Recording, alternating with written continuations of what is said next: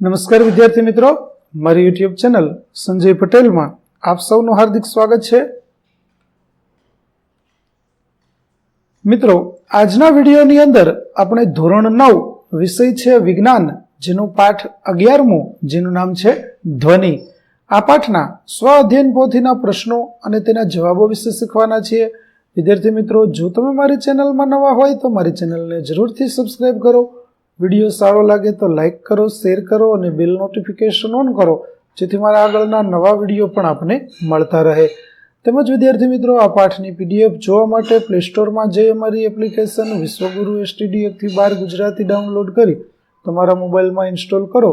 જે તમે શરૂ કરશો તો તમને આ પ્રકારે જોવા મળશે, જેમાં સ્વ અધ્યયન પોથીની અંદર ધોરણ બતાવશે, ધોરણ પસંદ કરશો એટલે વિષય બતાવશે, વિષય પસંદ કરશો એટલે પાઠનું નામ બતાવશે. જેમાં તમે વિડીયો ઉપર ક્લિક કરશો તો વિડીયો જોવા મળશે અને PDF ઉપર ક્લિક કરશો તો તમને PDF જોવા મળશે. તો આશા રાખો અમારી એપ્લિકેશન આપ સૌને ગમશે. જરૂર ડાઉનલોડ કરજો, જે એકદમ ફ્રી છે. કોઈ પણ પ્રકારના ચાર્જ વગર તમે વિડીયો અને PDF બંને જોઈ શકશો. તો ચાલો મિત્રો, હવે આપણે શરૂ કરીએ પાઠ 11 ધ્વનિ. સૌપ્રથમ આપણને પાઠમાં ચાલો યાદ કરીએ આપવામાં આવેલું છે.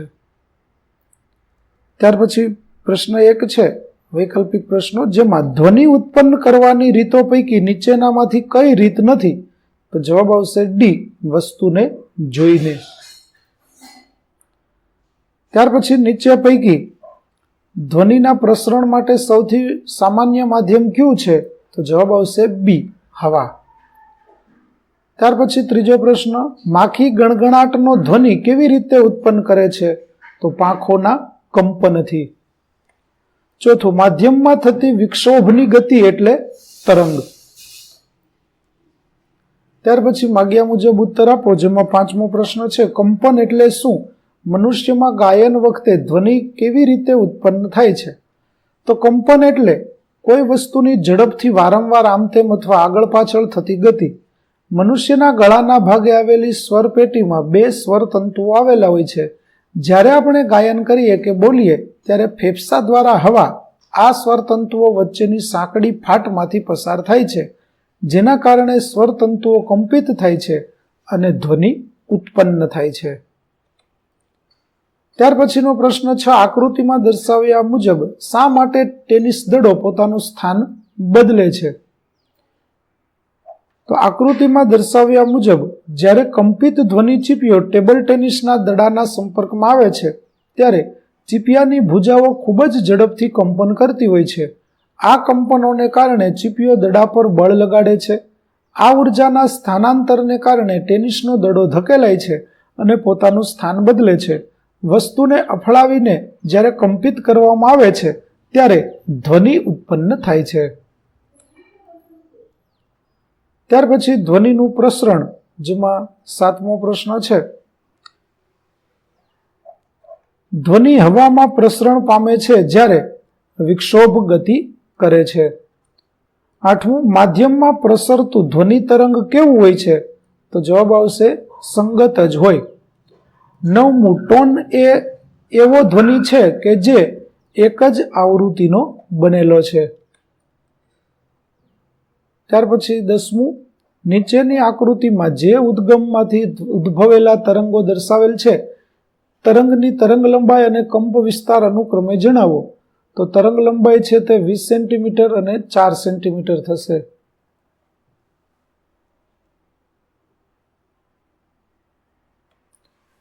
ત્યાર પછી નીચેના વિધાનો ખરા કે ખોટા, જેમાં 11મું, હવામાં ધ્વનિ તરંગોનું પ્રસરણ સંઘનન અને વિઘનન દ્વારા થાય છે. તો ખરું. 12મું, સંગત તરંગમાં 2 ક્રમિક સંઘનન વચ્ચેના અંતરને તરંગનો કંપ વિસ્તાર કહે છે. તો તે ખોટું થશે. 13મું, લંબગત તરંગો શૃંગ અને ગર્ત દ્વારા આગળ વધે છે અને આવૃત્તિનો એકમ Hz એટલે કે હર્ટ્ઝ છે. ત્યાર પછી તરંગ લંબાઈની સંજ્ઞા લેમ્બડા છે અને આવૃત્તિ v અને આવર્તકાળ t વચ્ચેનો સંબંધ તો v બરાબર 1/t એટલે કે એકબીજાના વ્યસ્ત છે.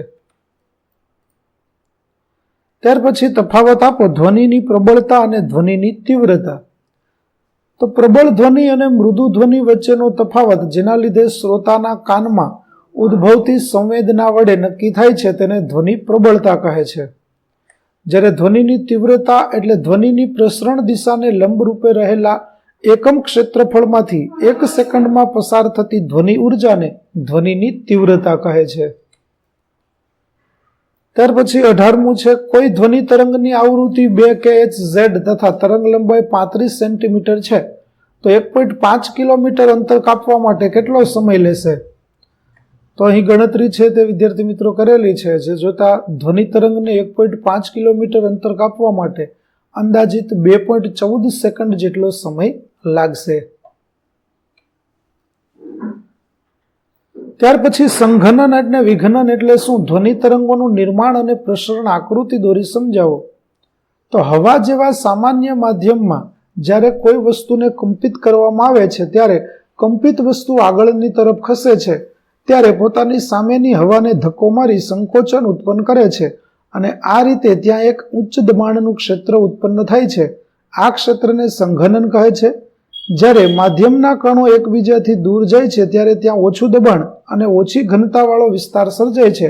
આ વિસ્તારને વિઘનન કહે છે. ત્યાર પછી ટૂંક નોંધ લખો, પીચ. તો ધ્વનિનો જે ગુણધર્મ તેની મહત્તા અને ન્યૂનતા રજૂ કરે છે તેને પીચ કહે છે.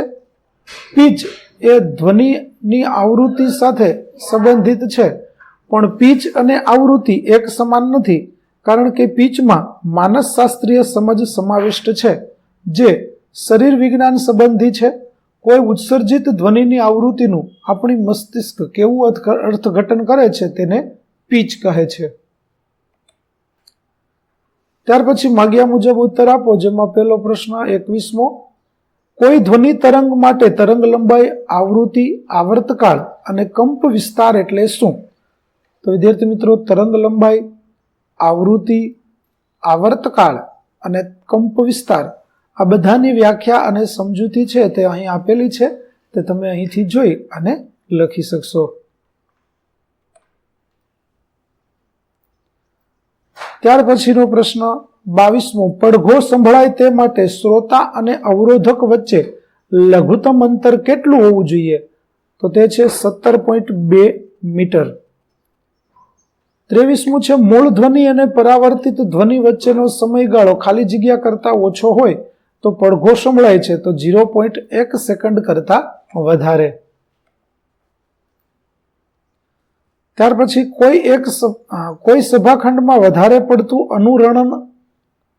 અનુરણન અનિચ્છનીય છે, તે ખરું, અને પ્રકાશની જેમ ધ્વનિનું પરાવર્તન થઈ શકતું નથી, તો તે ખોટું છે.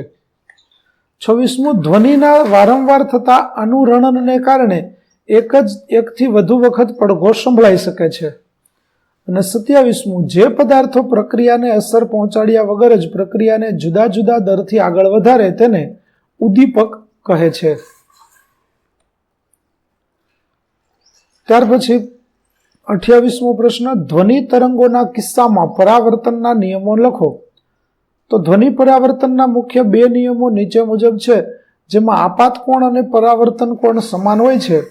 આપાત ધ્વનિ તરંગો સપાટી સાથે બનાવેલો કોણ અને પરાવર્તિત ધ્વનિ તરંગે સપાટી સાથે બનાવેલો કોણ હંમેશા સરખા હોય છે અને એક જ સમતલમાં હોવા તો આપાત ધ્વનિ તરંગ, પરાવર્તિત ધ્વનિ તરંગ અને પરાવર્તક સપાટી પર આપાત બિંદુએ દોરેલો લંબ આ ત્રણેય એક જ સમતલમાં હોય છે. ત્યાર પછી 29મો છે, એક પડઘો 3 સેકન્ડ પછી સંભળાય છે. જો ધ્વનિ ઝડપ 342 ms1 હોય તો સ્ત્રોત અને પરાવર્તન સપાટી વચ્ચેનું અંતર કેટલું હશે? તો તેની ગણતરી છે તે વિદ્યાર્થી મિત્રો અહીં આપણે કરેલી છે. તમે આ પ્રકારે તે લખી શકશો, જેમાં બંને વચ્ચેનું અંતર 513 મીટર જેવું હશે. ત્યાર પછી પ્રશ્ન 5, ટૂંક નોંધ લખો, અનુરણન. તો વિદ્યાર્થી મિત્રો, અનુરણન વિશેની ટૂંક નોંધ છે તે તમને અહીં આપેલી છે, જે તમે અહીંથી જોઈ અને લખી શકશો. ત્યાર પછી પ્રશ્ન નંબર 31 છે, તેની અંદર ટૂંક નોંધ લખવાની છે, પડઘો. તો પડઘાની ટૂંક નોંધ છે તે પણ અહીં આપેલી છે, જેમાં સૌપ્રથમ આપણે વ્યાખ્યા અને ત્યાર પછી પડઘો છે તેની સમજૂતી છે તે આપણને આપેલી છે.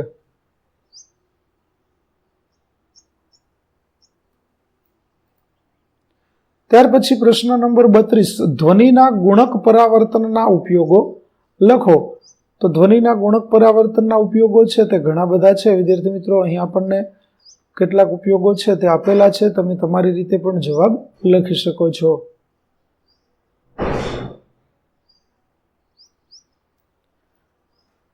ત્યાર પછી 33 નંબરનો પ્રશ્ન, નીચે પૈકી કઈ આવૃત્તિ વાળો ધ્વનિ પરાશ્રાવ્ય ધ્વનિ છે? તો જવાબ આવશે ડી, 4000 Hz. નીચે પૈકી કઈ આવૃત્તિ વાળો ધ્વનિ અશ્રાવ્ય ધ્વનિ છે? તો જવાબ આવશે 10 Hz. ત્યાર પછી 35મું, ચામાચીડિયા પરાશ્રાવ્ય ધ્વનિ ઉત્પન્ન કરે છે, ખરું? અને 36મું, અશ્રાવ્ય ધ્વનિ મનુષ્યો સાંભળી શકતા નથી, તો તે પણ ખરું છે. 37મું, ગેંડો 5 Hz આવૃત્તિ ધરાવતો ધ્વનિ ઉત્પન્ન કરી શકે છે અને ભૂકંપ પહેલા ઓછી આવૃત્તિવાળા અવશ્રાવ્ય ધ્વનિ તરંગો ઉત્પન્ન થાય છે. ત્યાર પછીનો પ્રશ્ન 39, મનુષ્યમાં ધ્વનિની શ્રાવ્યતાનો વિસ્તાર જણાવો. તો તે છે 20 Hz થી 20 kHz. ત્યાર પછી ડોલ્ફિન માછલી કેવા પ્રકારનો ધ્વનિ ઉત્પન્ન કરે છે? તો જવાબ આવશે પરાશ્રાવ્ય. ત્યાર પછી પરાશ્રાવ્ય ધ્વનિ વિશે સમજ આપો. તો જો ધ્વનિની આવૃત્તિ 20 Hz થી 20000 Hz વચ્ચે હોય તો તેવા ધ્વનિ સામાન્ય માનવ કાન ઉપર સંવેદના ઉપજાવી શકતો હોવાથી આવો ધ્વનિ સામાન્ય માનવી સાંભળી શકે છે. ત્યાર પછી અવશ્રાવ્ય ધ્વનિ વિશે સમજ આપો.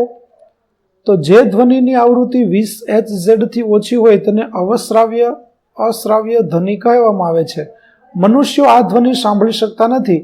વેલ માછલી, હાથી અને ગેંડો જેવા પ્રાણીઓ અવશ્રાવ્ય ધ્વનિ પેદા કરી શકે છે અને સાંભળી પણ શકે છે. ગેંડા 5 Hz જેટલી ઓછી આવૃત્તિઓ એકબીજા સાથે સંપર્ક કરી શકે છે. ભૂકંપ શરૂ થતા પહેલા પૃથ્વીમાં ઓછી આવૃત્તિના ધ્વનિ ઉત્પન્ન થાય છે, જે કેટલાક પ્રાણીઓ પારખી શકે છે અને સાવધ થઈ શકે છે. ત્યાર પછી પરાશ્રાવ્ય ધ્વનિ વિશે સમજ આપો.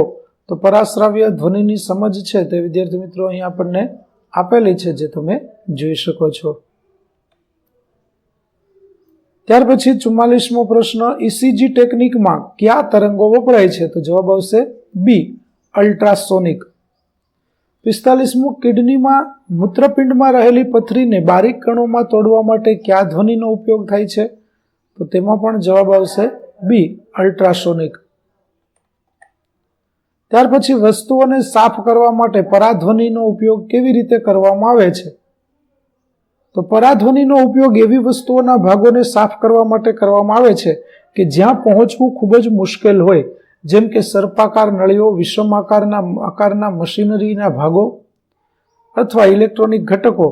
જે વસ્તુને સાફ કરવાની હોય તેને સૌપ્રથમ એક સફાઈ કરનારા દ્રાવણ ભરેલા પાત્રમાં રાખવામાં આવે છે. આ દ્રાવણમાં પરાધ્વનિ તરંગો પસાર કરવામાં આવે છે. પરાધ્વનિ તરંગોની આવૃત્તિ ખૂબ જ ઊંચી હોવાથી દ્રાવણમાં તીવ્ર કંપન પેદા થાય છે. આ કંપનને કારણે વસ્તુના ખૂણે ખૂણામાં રહેલા ધૂળના રજકણો, ચીકાશ કે ગંદકી છૂટી પડીને દ્રાવણમાં પડી જાય છે. ત્યાર પછી પ્રશ્ન નંબર 47, કોઈ ધાતુના બ્લોકમાં રહેલી ખામી શોધવા માટે પરાધ્વનિનો ઉપયોગ કેવી રીતે થાય છે? તો તેની સમજૂતી વિગતવાર વિદ્યાર્થી મિત્રો આપણને અહીં આપેલી છે, તમે અહીંથી જોઈ અને લખી શકશો. ત્યાર પછીનો પ્રશ્ન છે, પરાધ્વનિની ઉપયોગિતા વર્ણવો. તો પરાધ્વનિની ઉપયોગિતા વિદ્યાર્થી મિત્રો આપણને અહીં આપેલી છે, જે તમે અહીંથી જોઈ અને લખી શકશો. તો વિદ્યાર્થી મિત્રો અહીં આપણો પાઠ 11 ધ્વનિના સ્વ અધ્યયન પોથીના પ્રશ્નો અને તેના જવાબો પૂરા થાય છે. આગળના પાઠના પ્રશ્નો અને તેના જવાબો મેળવવા માટે મારી ચેનલને જરૂરથી સબસ્ક્રાઇબ કરો, તેમજ PDF જોવા માટે પ્લે સ્ટોરમાંથી અમારી એપ્લિકેશન વિશ્વગુરુ STD 1 થી 12 ગુજરાતી ડાઉનલોડ કરો, જેમાં આપણે ધોરણ 9 તમામ વિષયના સ્વાધ્યાય સોલ્યુશન, સ્વાધ્યાય પોથી સોલ્યુશનના વિડીયો અને પીડીએફો મળી રહેશે, જે એકદમ ફ્રી છે. કોઈપણ પ્રકારના ચાર્જ વગર તમે વિડીયો અને પીડીએફો જોઈ શકશો. તો ફરી મળીશું આપણે નવા વિડીયો સાથે. ત્યાં સુધી આવજો.